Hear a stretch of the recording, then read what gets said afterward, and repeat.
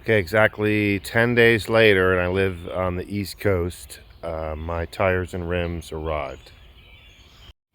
Okay, tools needed. You're going to need a 21 millimeter socket, an Allen key, and a low profile jack. I believe this is about about 6.5 inches, so you're really going to need a low jack.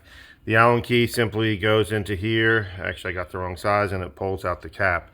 And there's a look at the stock rim. It's a beautiful rim. It's unfortunately I have gotten four flats. One was just a screw, but the other one were from hitting potholes. I have two rims that are dented, and I've had to be flatbedded twice in hotel rooms once. So, all that being said, that's why I'm going with this tire package. The tire package is going to allow a little bit more sidewall here to protect from slamming into potholes.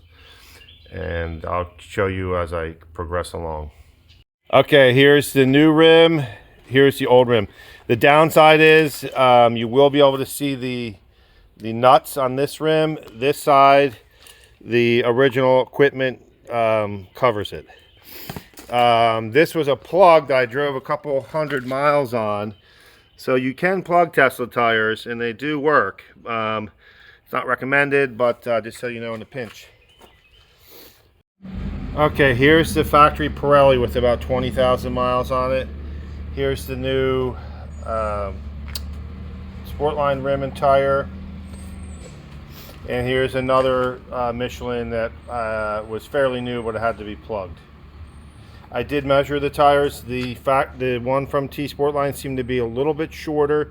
I'd say within 1/4 of an inch of the factory, so it's going to be a little bit different.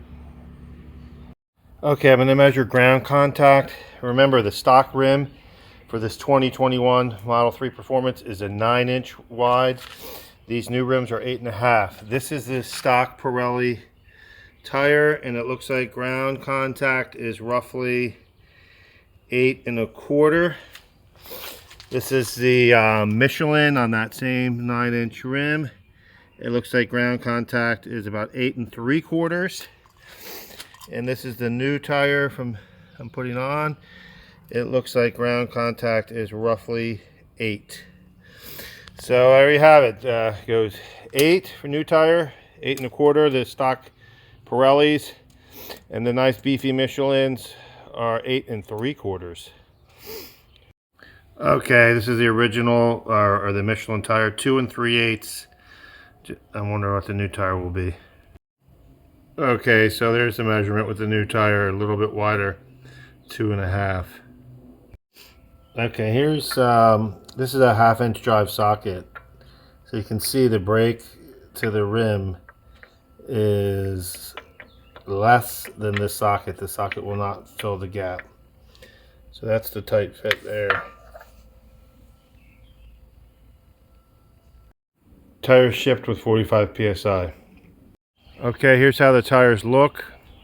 That is, I believe, satin black.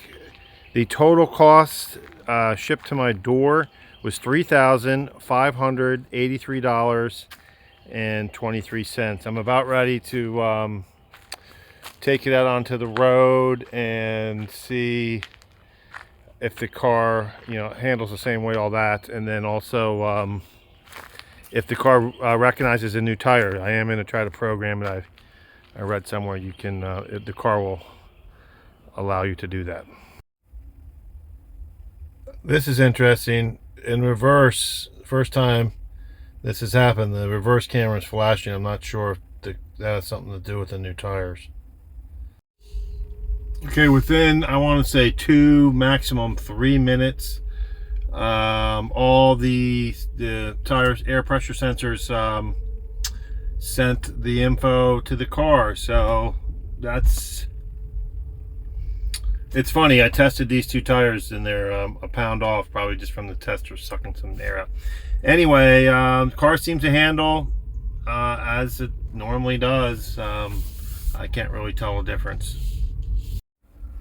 Okay, I had it on Waze, and going 47 miles per hour.